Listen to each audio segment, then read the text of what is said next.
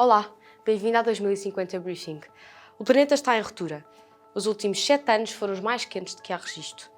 De acordo com a Organização Meteorológica Mundial, as concentrações de gases com efeito de estufa, o aumento do nível do mar e a acidificação dos oceanos atingiram novos recordes em 2021.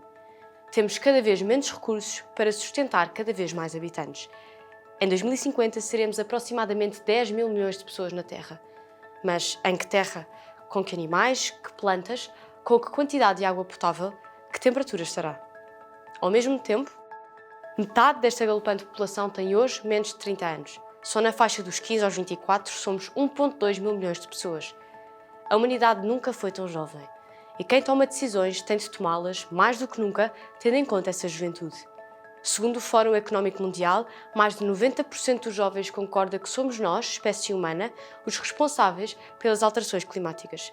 78,6% acreditam que a tecnologia está a criar e não a destruir empregos. 2 em cada 3 crianças, hoje no primeiro ciclo do ensino básico, vão trabalhar em profissões que ainda não existem. Isto significa que precisamos de falar sobre 2050, sobre sustentabilidade, sobre eficiência, sobre inovação, sobre mobilidade e sobre pessoas. Numa palavra, como gostaria que fosse a sua cidade em 2050? Sustentável. Com mais espaços verdes e ligada à parte mais rural. Verde, principalmente. Plantas por todo lado. Solidária. Mais barras de Alvalade pelo resto da cidade. Bom, não faço ideia, mas é como diriam naqueles desenhos antigos, né? Que vão ter carros voadores, menos poluição, só que eu acho que isso está fora de contexto, que vai ter sim. O que falta em Portugal em termos de energia? Eu acho que mudar a mentalidade das pessoas. O que falta em Portugal em termos energéticos, mais inovação a nível de energias renováveis, principalmente não eólicas, porque já há muito, mas a nível do mar. Nós temos uma costa enorme e já devia ter sido equacionada esta questão de inovação a nível de energias que podem ser resultantes do próprio mar. E acho que falta vontade política, porque estamos sempre uns passos atrás do resto da Europa ou do resto do mundo. Então, na sua opinião, quais serão as formas de mobilidade e energia do futuro? Eu acredito principalmente agora com as novas giras, por exemplo, a chegarem em espaços mais afastados do centro de Lisboa, vai ser mais fácil haver essa nova energia. Provavelmente a energia renovável também está-se a tornar um ponto muito forte, tivemos a aprender isso recentemente, e eu acho que principalmente novas medidas, como autocarros, por exemplo, movidos a energia do sol, por exemplo, energia solar, métodos de energias mais renováveis mesmo. Utilizar mais energia biodegradável, visto que nós destruímos imensas plantações, imensas florestas, podemos reutilizar um pouco mais dessas potências, podemos assim dizer, e focar numa parte muito mais verde. Eu não uso nenhum meio de transporte, não uso mais carros, nem moto, não. Só mesmo a pé e bicicletas hoje em dia, e comboio, transporte público quando necessário, mas também se puder eu evito. É mais mesmo a pé, caminhadas. Faz bem à saúde e faz bem para o meio ambiente, né? Acho que hoje em dia as empresas estão muito focadas para a parte de sustentabilidade da água, do vento, ou seja, energias renováveis. Acho que devem-se mesmo preocupar com isso e acho que essas são as energias do futuro. A transição para um modelo de desenvolvimento sustentável já não é discutível ou sequer urgente.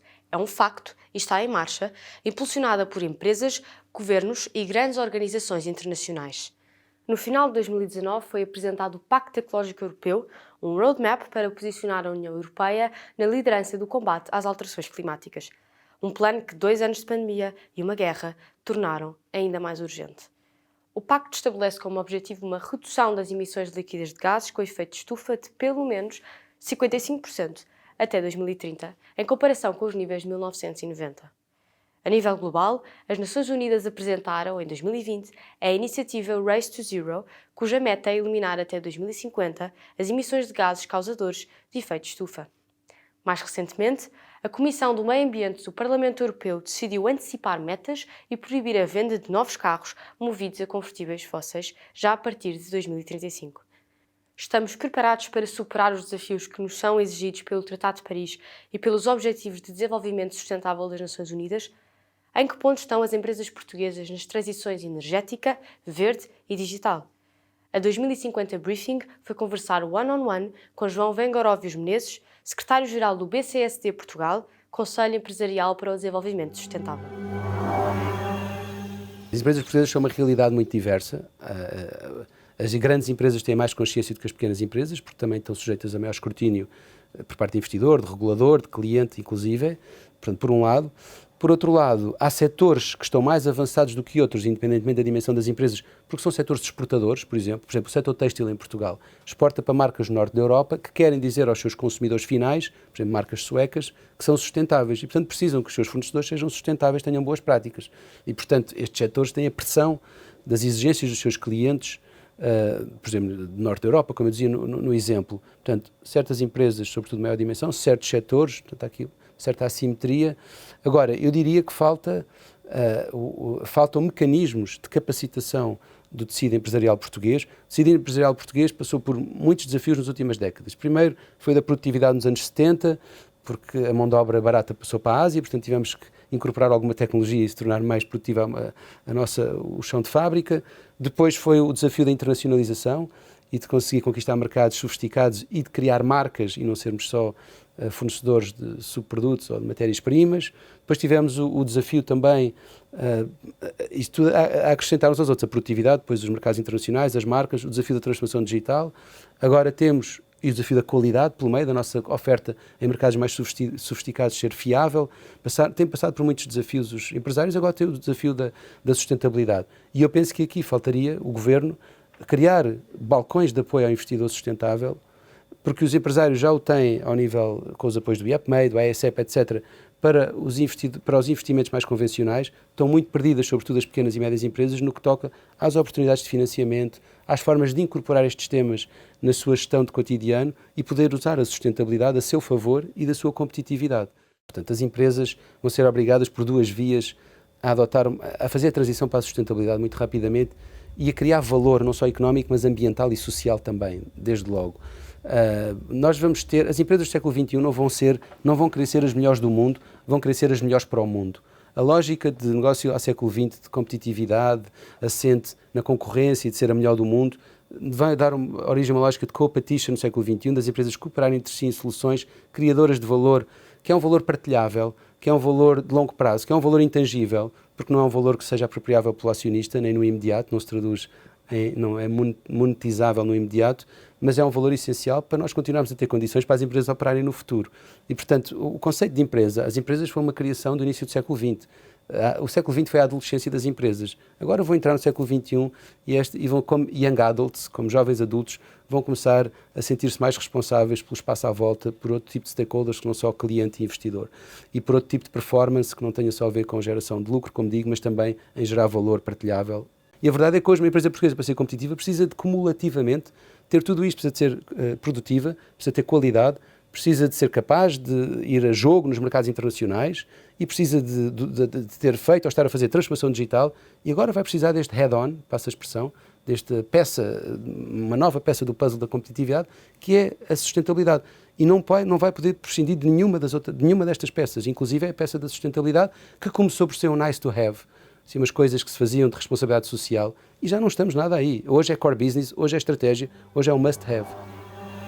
Sustentabilidade tornou-se a keyword mais relevante do nosso tempo.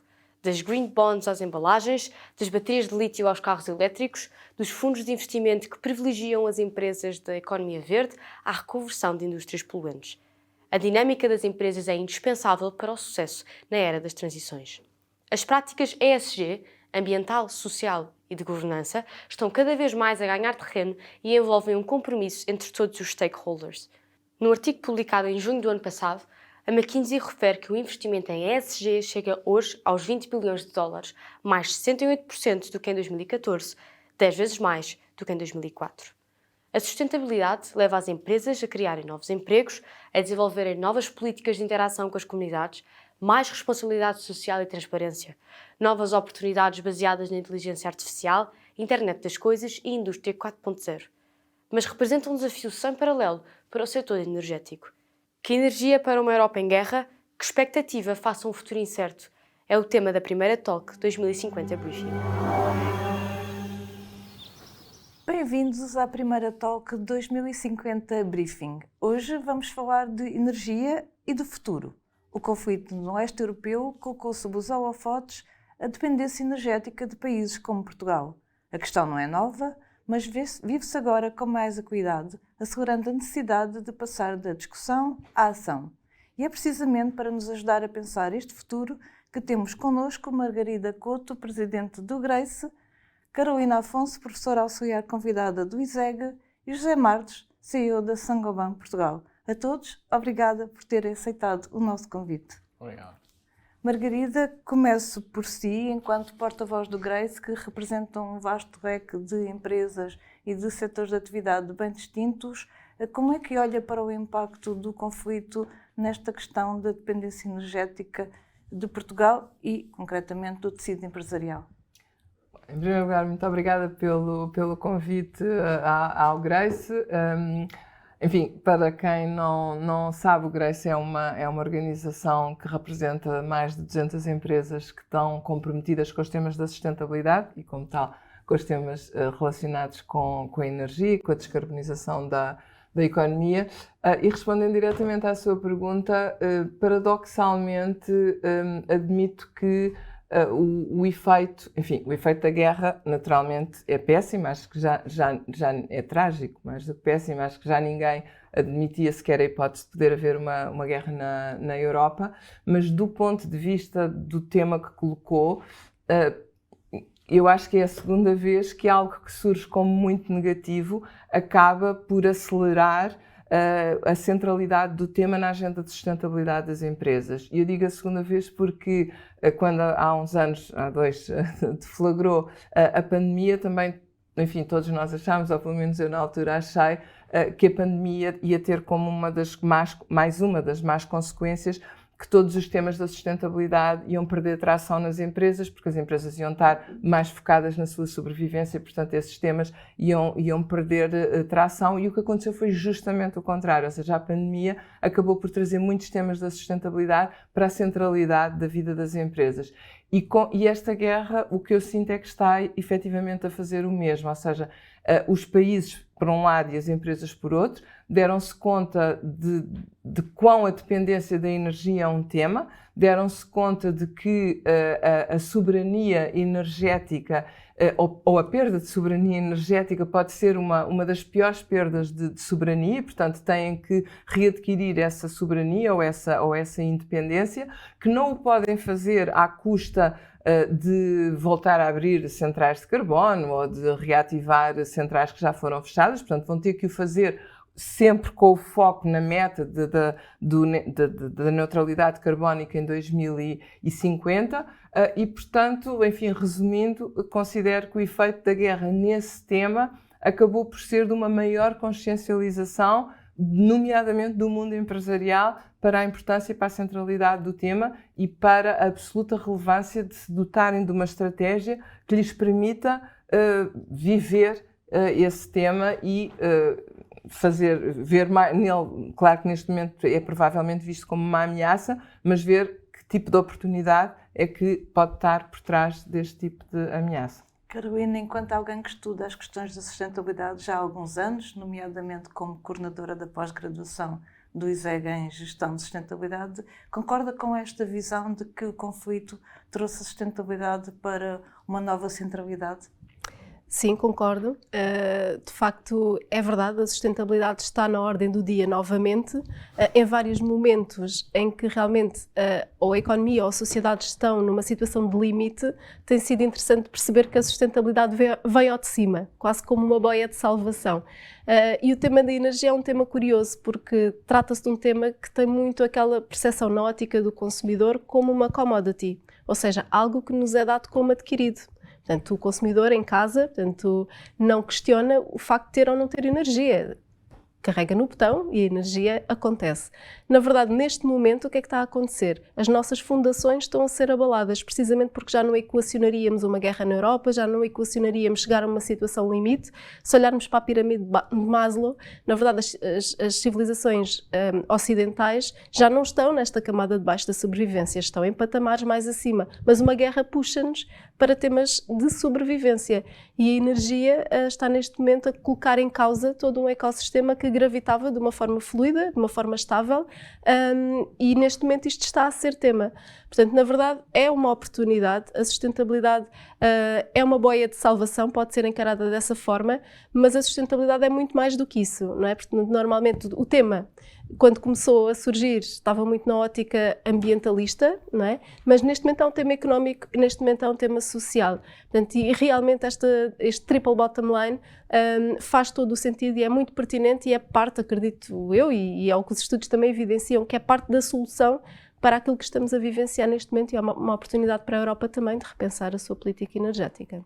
José, enquanto gestor de uma empresa cujo core business é a construção, entre outras atividades, a energia é certamente uma ferramenta importante da equação do negócio. Que desafios coloca o atual cenário de dependência energética de Portugal? Sí, obviamente este conflicto aceleró una tendencia que ya estaba lá, que era os aumentos dos costos energéticos, o que ten un claro impacto de uma forma directa nos costos operacionais e de uma forma indirecta nos costos das materias primas. Por tanto, acho que isto ten puxado-nos a ser o máis eficientes energéticamente posíveis e acho que este é un punto a destacar. Acho que Portugal é un país con unha elevada intensidade energética. Quer decir, en Portugal precisamos de un 20% más de energía que a media da Unión Europea para gerar valor acrescentado na nosa economía e, por tanto, é un punto onde acho que hai un potencial enorme de mellora no país, tanto nas empresas como na sociedade de forma geral, e nese sentido a Saint-Gobain é unha empresa que pode ayudar inmenso a mellorar eficientemente, mellorar energéticamente tanto os edificios como as indústrias. Portanto, não encara para esta situação apenas como um custo, um risco, mas como uma oportunidade, é isso? Sí, claro. Acho que como tudo na vida há riscos e há oportunidades. Temos que gerir os riscos da melhor maneira possível, pero apuntar também a essas oportunidades que acho que esta vez todos nós como sociedade temos que afrontar. Margarida José colocou aqui a questão da eficiência energética. Esta é também uma oportunidade para as empresas portuguesas de investirem mais e incorporarem mais medidas que as tornem mais eficientes. Sem dúvida. Enfim, há empresas e empresas, as empresas não são todas iguais, o ecossistema empresarial português é muito diverso e é formado essencialmente também por pequenas empresas e as pequenas empresas nem sempre os temas lhes chegam tão rapidamente quanto às grandes empresas. E de facto, seja fruto da guerra, seja fruto também de discussões que já vinham do passado e do próprio European Green Deal ou do Pacto Ecológico Europeu, que já colocava muita centralidade no tema da transição energética, ou seja, não se consegue fazer a descarbonização da economia sem uma boa transição energética e, portanto, as empresas sabiam que elas próprias tinham que ser mais eficientes do ponto de vista energético.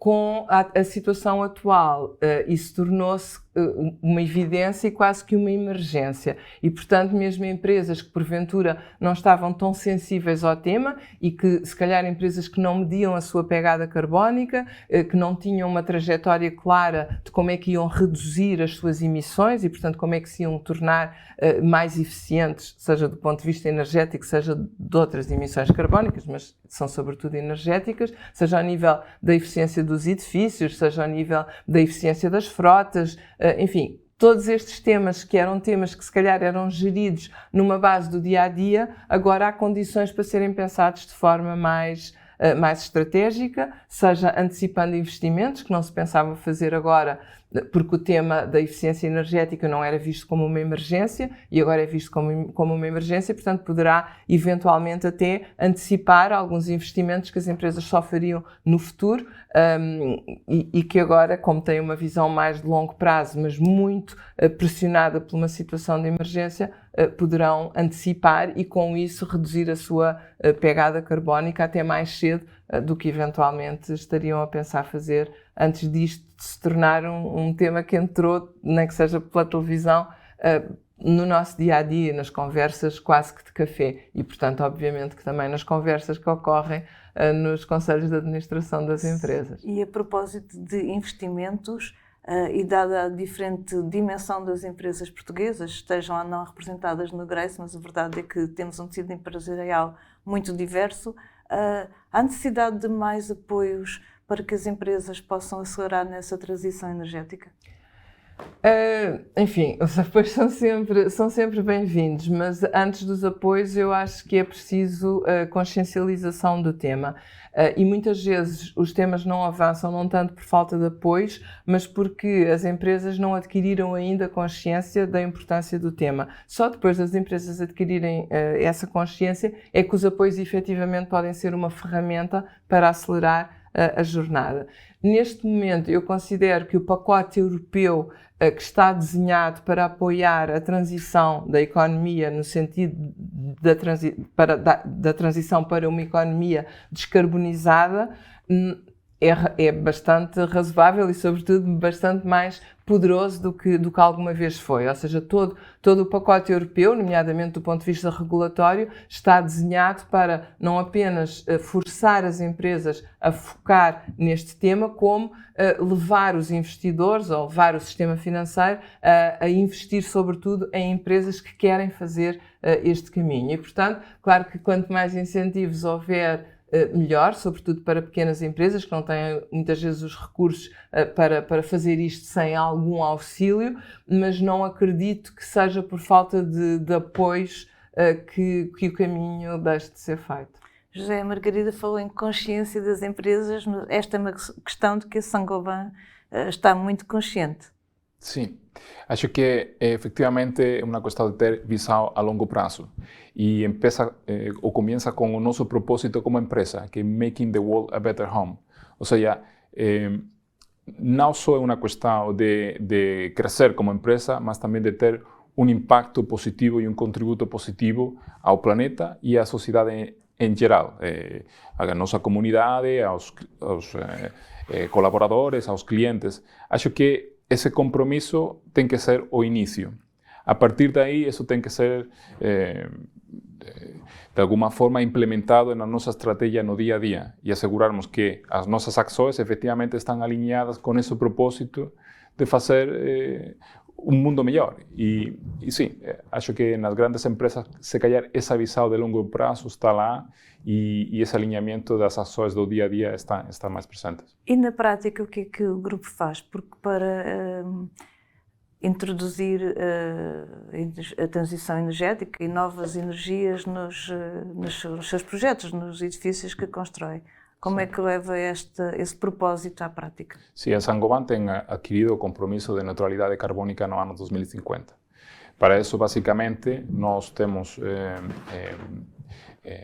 implementado umas metas mais a meio prazo para o ano 2030 e temos trabalhado em um roteiro de sustentabilidade dentro das nossas empresas em Portugal, de forma que, por um lado, tentamos reduzir as emissões diretas, ou seja, o Scope 1, no referente às emissões indiretas que vêm da energia que nós compramos, já temos 100% de energia de origem verde. E a terceira parte está mais relacionada com os nossos fornecedores, as embalagens que utilizamos, a nossa cadeia de fornecimento. Enfim, há um plano de ação dentro da nossa empresa, onde estamos a trabalhar continuamente, primeiro na atingir esses objetivos ao ano 2030, com o objetivo a longo prazo de atingir a neutralidade carbónica no ano 2050. Isso que é na empresa propriamente dita, mas e nos edifícios que constroem, como é que incorporam as energias ditas alternativas, tornando-os também mais eficientes? Sim, efectivamente, nós temos investimentos enquanto, por exemplo, instalar painéis solares nas coberturas das nossas fábricas para que parte do consumo energético que nós temos seja autogerado. É parte do nosso dia a dia. Carolina, nós quando falamos de eficiência energética falamos de energias alternativas, mas recorrendo aqui à sua experiência no mundo das marcas, não está na altura de um rebranding da palavra alternativas para não parecer que é um tema secundário? Completamente. Aliás, Durante muitos anos, não é, as energias alternativas era quase como um patinho feio no que diz respeito ao tema da energia, até à sustentabilidade ter posto na agenda de facto essa questão das energias renováveis, mas eram vistas sempre numa perspectiva secundária, portanto há as fontes de energia principais, não é? E uma grande dependência delas também, e depois existe a energia eólica, a energia hídrica, a biomassa, etc., mas sempre numa lógica de complementariedade e não como parte da solução no que diz respeito ao tema da eficiência energética e a tudo o que isto implica dentro das organizações e na sociedade em geral. Neste momento, face ao que estamos a viver, o repensar sobre tudo isto tem que ser feito uma perspectiva holística e integrada. Quando se fala em energias, então há que mapear essas fontes de energia, há que perceber como é que se conseguem fazer sinergias entre elas, como é que se podem complementar e deixar efetivamente esse rótulo de ser algo alternativo como ser energias de primeira linha, não é? E merecerem o destaque que efetivamente merecem. Até porque têm como pressuposto toda esta parte da economia natural, que está tão na agenda nos dias que correm. E Portugal aqui, felizmente, é um bom exemplo no que diz respeito ao tema das energias renováveis, como todos sabemos. Portanto, temos ótimos recursos naturais, fruto também da nossa própria geografia e do nosso posicionamento. Temos a maior zona económica exclusiva da Europa, no que diz respeito ao território marítimo, portanto, que é muito mais do que o nosso território nacional, e de facto isto para Portugal também pode ser uma oportunidade de termos uma voz mais ativa no que diz respeito à política energética, até num contexto europeu, porque a nossa condição natural aumenta a nossa predisposição para sermos parte da solução e termos cada vez menos dependência das chamadas energias fósseis ou mais tradicionais. Portanto, está mesmo na hora de acabar com o tema, com a palavra alternativa, porque a alternativa é sempre, não é a nossa opção número 1, é uma alternativa e é uma palavra que tem logo uma conotação à partida que nos impede de olhar para estas energias numa perspectiva de primeira linha. Portanto, completamente um rebranding. O José também introduziu aqui um tema relevante nesta matéria, foi o tema do propósito. A sustentabilidade tem de estar no propósito da empresa. Aliás, neste momento é o que faz sentido.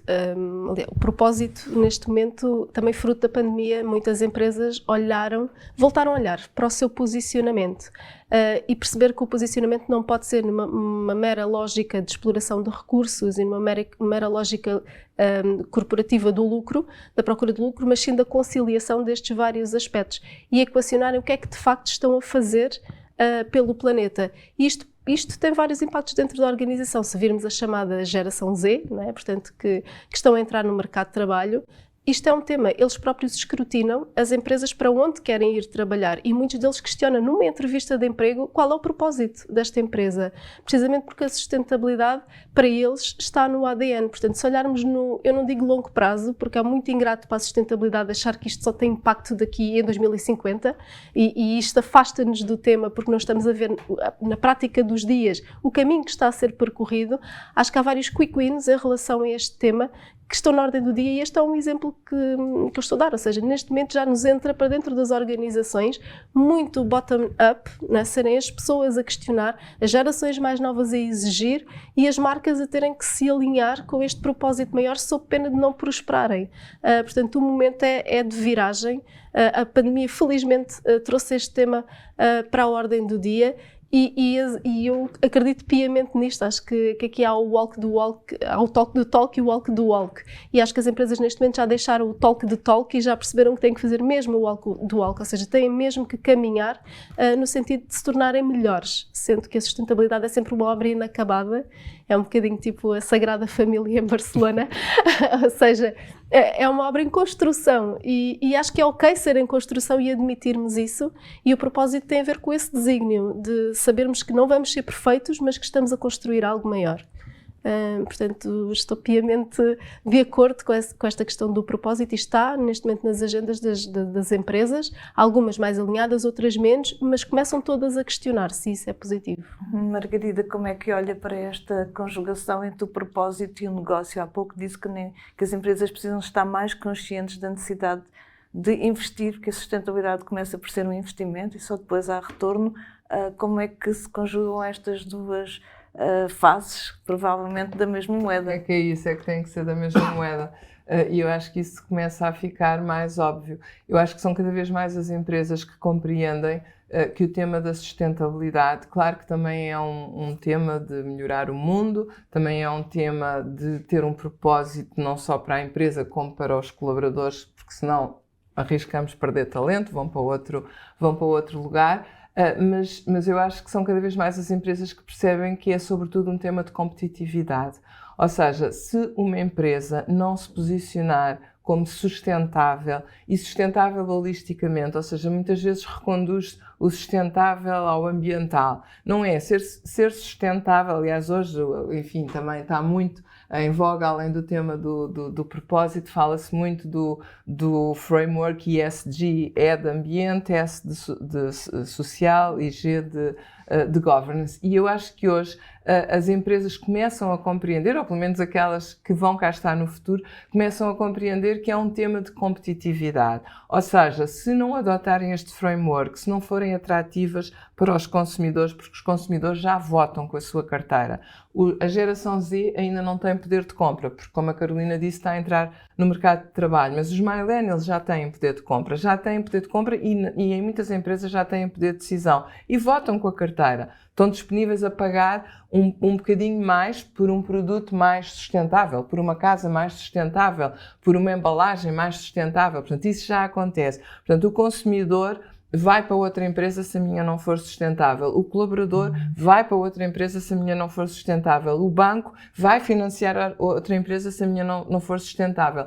Se eu estiver na cadeia de fornecimento, sei lá, de uma Danone, de uma Unilever, de uma IKEA, de uma Coca-Cola, ou o que seja, eles vão me tirar da cadeia de fornecimento deles se eu não for sustentável. Ou seja, às tantas é um tema de competitividade, de prosperidade. E claro que o lucro é importante, porque não vale a pena, as empresas não são organizações sem fins lucrativos, e o lucro eu não considero apenas que o lucro é importante, eu venho do mundo corporativo, o lucro é fundamental. Sem lucro a empresa também não é sustentável, porque se nunca tiver lucro acaba, digo eu, por falir, e não consigo pensar numa empresa menos sustentável do que uma empresa falida, até porque com certeza que ao falir os seus trabalhadores perdem o emprego, enfim, tem muitas consequências negativas. Portanto, com certeza que o lucro é e continuará sempre a ser importante, mas o próprio lucro já não vai ser possível de ser obtido se não se olhar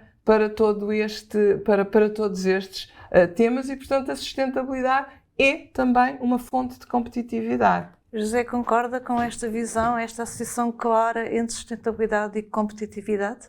Absolutamente. Acho que hoje em dia, seja business to business ou business to consumer, os consumidores finais estão muito envolvidos na toma de decisões do que querem, têm informação disponível por imensos meios e, portanto, acho que hoje é fundamental para as empresas ser empresas sustentáveis, ser empresas que têm um contributo positivo, e efetivamente acho que é uma mudança do que era o shareholder value, ou seja, criar lucro para a empresa, do stakeholder value, ter um contributo positivo a todos os stakeholders que interactuam com a empresa. Acho que é fundamental hoje em dia para uma empresa ter essa visão do negócio. A Margarida pegou numas palavras da Carolina quando mencionou que a sustentabilidade não era apenas ambiente, também era social. Os critérios ESG, que a Margarida referiu, podem ser a cola que une todo este puzzle que é o desenvolvimento sustentável?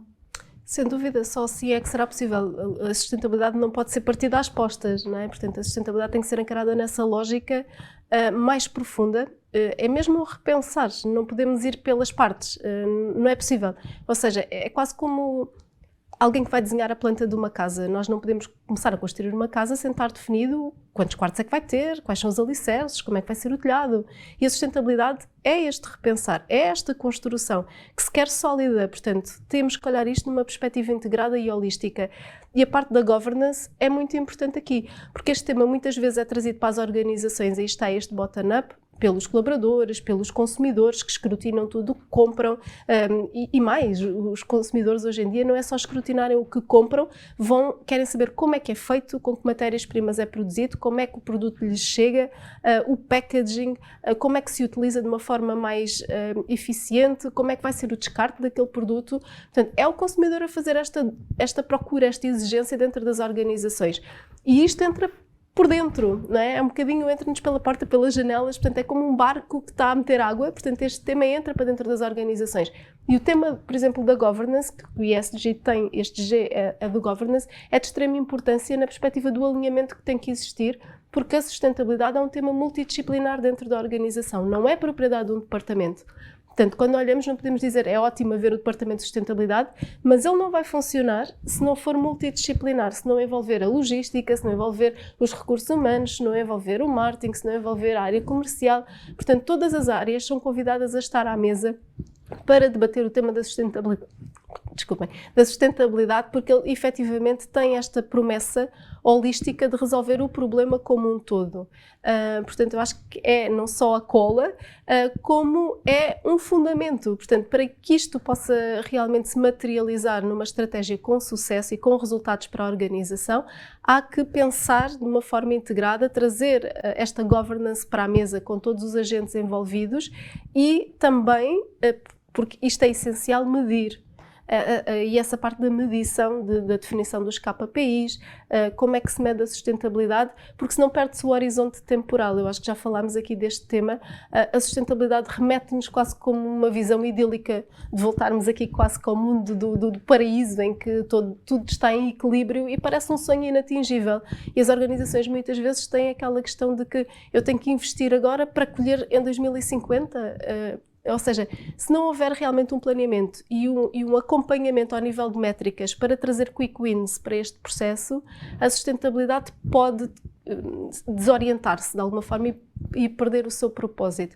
Portanto, eu estou completamente convencida que sim, que essa metodologia, as metodologias também vão evoluindo, mas neste momento essa metodologia de facto traz-nos aqui essas várias áreas que todas combinadas ajudam a repensar o tema nessa perspectiva integrada que o tema merece.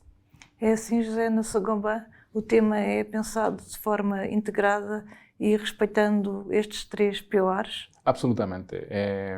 Concordo plenamente que a sustentabilidade é um tema transversal na empresa. Podemos ter um coordenador, podemos ter um líder, podemos ter alguém que ajuda a coordinar, a trazer ferramentas de trabalho, pero é algo que, primeiro, vem do CEO da empresa. É o CEO, o compromisso da equipa de direção que tem que dizer este é um tema importante para nós, está no centro da nossa estratégia, temos que trabalhar nestes objetivos principais. A partir daí, tem que ser um tema transversal de trabalho, obviamente com objetivos a longo prazo, médio prazo e com um roteiro claro, onde podamos ficar KPIs de seguimento e fazer esse seguimento para realmente assegurarmos que estamos a implementar esse caminho e que vamos a chegar lá onde queremos chegar.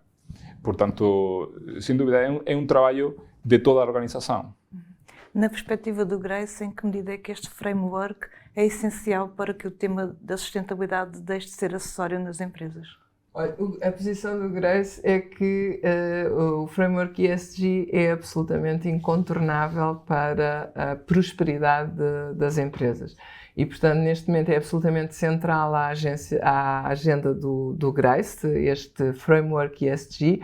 Aliás, nós todos os anos fazemos várias sessões, seja para os nossos associados, seja inclusive abertas a não associados, porque sabemos que isto é demasiado importante para o ecossistema empresarial português para apenas beneficiar os associados do Grace. Portanto, tipicamente, enfim, os eventos que o Grace faz são para os associados do Grace, mas tudo o que tem a ver com, seja compor o tema dos ODS, dos Objetivos de Desenvolvimento Sustentável, na agenda das empresas, seja com levá-las a compreender a absoluta incontornabilidade do framework ESG, o Grace faz de forma completamente aberta a todo o ecossistema. E é muito interessante porque tem de longe o evento que o Grace faz que atrai mais inscrições, porque, enfim, tipicamente são webinars, às vezes assim, em formatos como este, é justamente um que se chama o essencial do framework ESG.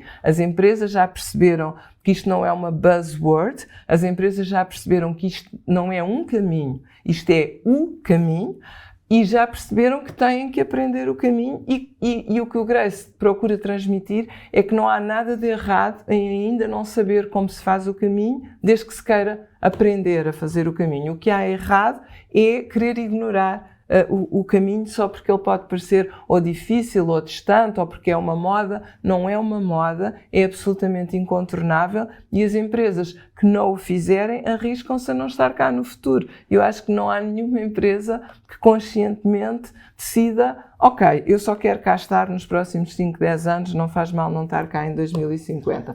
Claro que não posso ver só resultados em 2050, mas eu para estar cá em 2050 tenho que fazer coisas agora que me levem ainda a estar cá em 2050. Mas não há nenhuma empresa que nasça para 2, 3 anos. Não, isso não existe. Uma empresa é, por natureza, um projeto de longo prazo. E sem abraçar o tema da sustentabilidade, como a Carolina dizia, de forma absolutamente integrada, e não esquecendo o S, porque tal como a Carolina dizia há pouco, que as energias alternativas, ao chamarem-se alternativas, são um bocadinho vistas como o patinho feio, eu costumo dizer que o S é um bocadinho visto como o parente pobre do framework. Ou seja, o ambiente já tem atenção há muitos anos, por razões óbvias, o governance também tem atenção há muitos anos por razões péssimas, ou seja, porque sempre que o governance é muito mau e há muito mais práticas, empresas que pareciam fabulosas pura e simplesmente caem que nem castelos de cartas. Portanto, o governance também tem-se consciência de que é um tema que, se não funcionar,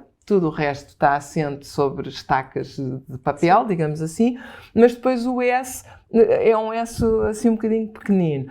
E o S é core a tudo isto, porque não há nada nem no G nem no E que não impacte no S. Por exemplo, nós estávamos, e voltando onde começámos, estávamos no tema da energia, da eficiência energética e de todos estes desafios que a guerra colocou. A energia não é um tema apenas do E, do ambiente. A energia é um tema do S. Com pobreza energética, e a pobreza energética é um tema do S, naturalmente, é um tema social. A pobreza energética é uma das piores formas de pobreza e, portanto, não dá para, como a Carolina dizia, pôr as coisas em caixinhas. Claro que há temas que são essencialmente ambientais, outros que são essencialmente sociais e nenhum deles funciona sem governance, mas todos eles têm que ser vistos de forma integrada e estou 100% de acordo. É muito bom haver um departamento de sustentabilidade, mas se ele estiver lá escondido num sítio onde ninguém e não conversa com as pessoas das compras, com as pessoas da logística, com os CEOs, com quem decide onde é que os investimentos se fazem, para onde é que vai o CAPEX, etc., não vai ser integrado. E o framework ESG é isso, é fazer esta cola e fazer com que desta cola saia algo de consistente, resistente e à prova de futuro. Portanto, concluindo, a sustentabilidade não pode ser um nice to have, tem de ser um must have. É um must have, sim, claramente. É um must have. Olhar para o presente, eu nem digo para o futuro, porque às vezes aí está, olhamos sempre para a sustentabilidade como o amanhã. A sustentabilidade é o hoje, portanto é um must have, claramente. E é aquilo que nos pode diferenciar, é aquilo que nos pode posicionar, é uma vantagem competitiva e isto é negócio também.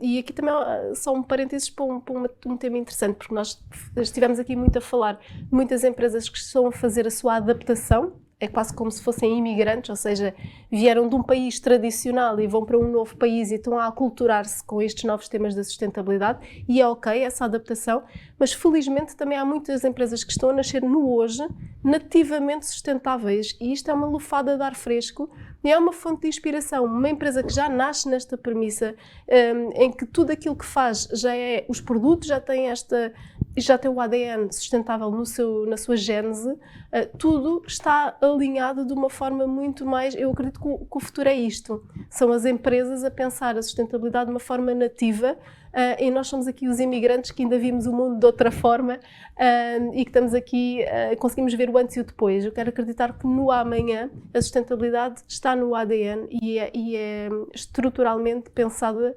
concebida, nasce de uma forma muito espontânea e nativamente sustentável. E com esta nota positiva chegamos ao fim da primeira Talk 2050 Briefing. Obrigada por terem estado connosco.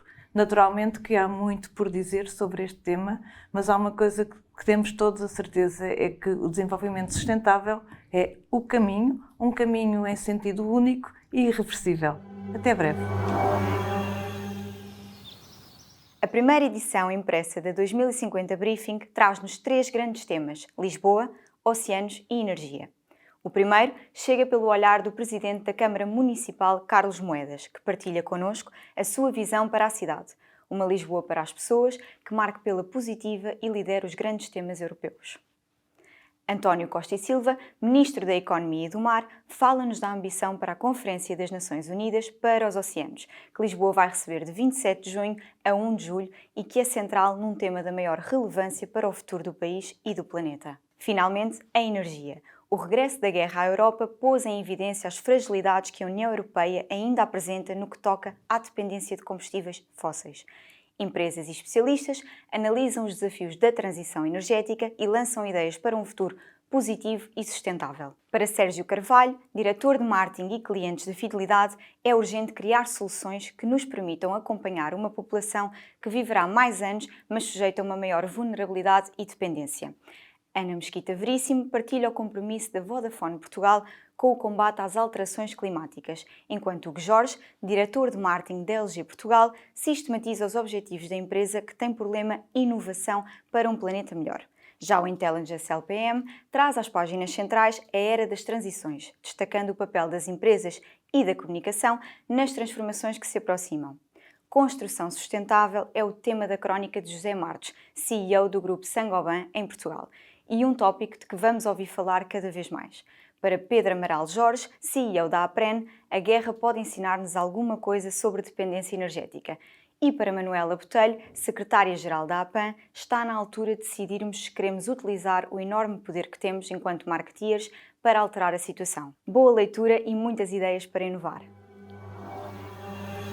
Comunicar a sustentabilidade assume-se cada vez mais como um imperativo para as organizações. Progressivamente mais informado e interventivo, o consumidor não aceita hoje um comportamento de indiferença perante a opinião pública. Dar a conhecer o que se faz no sentido da criação de valor ambiental, social e económico é sinónimo de construção de reputação e, a longo prazo, de sobrevivência das organizações. Citando Sir David Attenborough, nunca como antes tivemos tanta consciência do que estamos a fazer ao planeta e nunca como antes tivemos tanto poder para fazer algo. Ou, nas palavras de um outro herói, com grande poder vem grande responsabilidade. 2050 já começou e nós vamos continuar a falar sobre isso.